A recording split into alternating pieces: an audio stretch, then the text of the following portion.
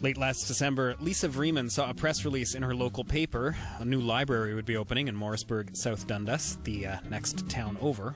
First, she thought this would be good news. New facilities, longer hours.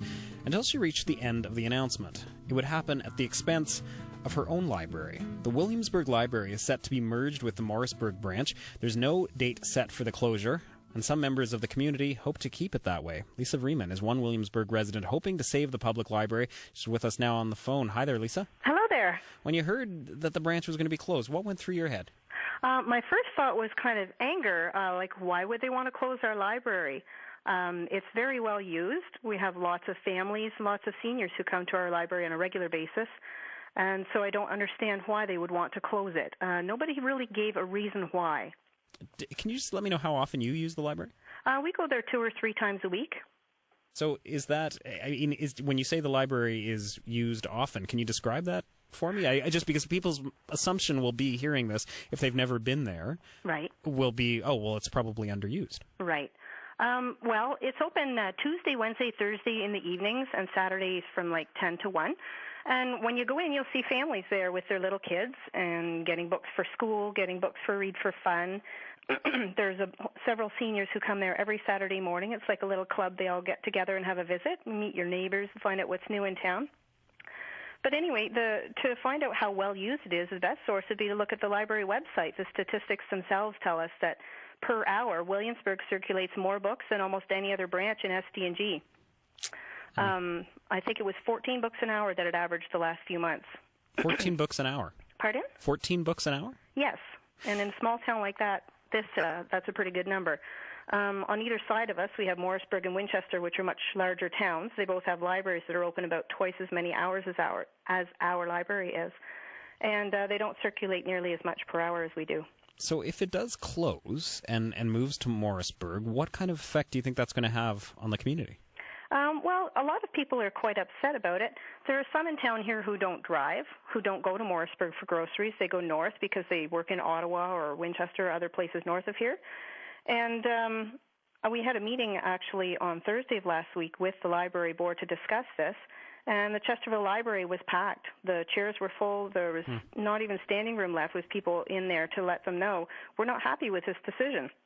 But I guess that's one thing to understand that people aren't happy, but what would happen to that community if there's that library is in Morrisburg instead of Williamsburg? What would happen to the community? I'm not sure how to answer that. We have lost several businesses over the last decade or so, too, in town here. The Canadian Tire was closed up, and a big one was built in Morrisburg. There have been some other restaurants and stores and businesses that have closed up. It certainly wouldn't be a good thing for our town. I guess some people would say, okay, Morrisburg is fairly close by. It's a short drive away. It's going to have longer hours. It would offer better facilities. What do you say to those people? Well, for some people, it might not make a difference. But for those who don't drive or rely on someone else for a ride, it would certainly make a difference. You'd have to go when it's convenient for them. And for other people whose lives tend to be here in north as opposed to south, Morrisburg is south of us, it certainly wouldn't be convenient. I mean, for those of us with kids, such as me, we can walk there. And we do so, 2 or 3 times a week. But to have to come home from work, as most people do, and then have supper, and then pack the kids up to drive to Morrisburg instead of just walking down the road, it's just not as nice at all. I mean, and it could well be something that people listening take for granted because they have it in their neighborhood. They have it in their own town or city. Now, you mentioned this public meeting last week. When you had all those people in one area, what happened? Well, I'd had to apply to the library board to be allowed to speak, and they did allow me. I gave my presentation for reasons why we wanted to keep our library and asked why they would like to close it. They did not answer as I had expected because they said that I was allowed to make a presentation but not to be peppering them with questions. A few people called out from the audience saying, why haven't you answered my emails? Why won't you answer our phone calls? We have questions. Why? And they said, this is not the forum for this. So they held a public meeting that they weren't allowed to ask questions at? No, it wasn't a public meeting per se. This one was one where I had applied to make a presentation to the board, and that they allowed, but they did not allow questions there. I see. All right. When I was all done speaking, the chair of the library board did say he will agree to have a public meeting in Williamsburg, which they expect will be late April or early May, where people can come and ask questions. But as far as the content of what I had to say, he kind of smoothed it over and said, just wait till we wow you with our presentation. You will be convinced that this will be a good thing to close your library. So, could you be convinced? I don't know if I could be, to be honest.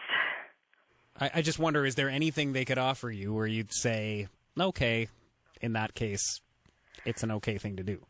At this point, I don't think so. I mean, you never know. There could be surprises, but I think there'd be a lot of people who would never be able to say yes about that.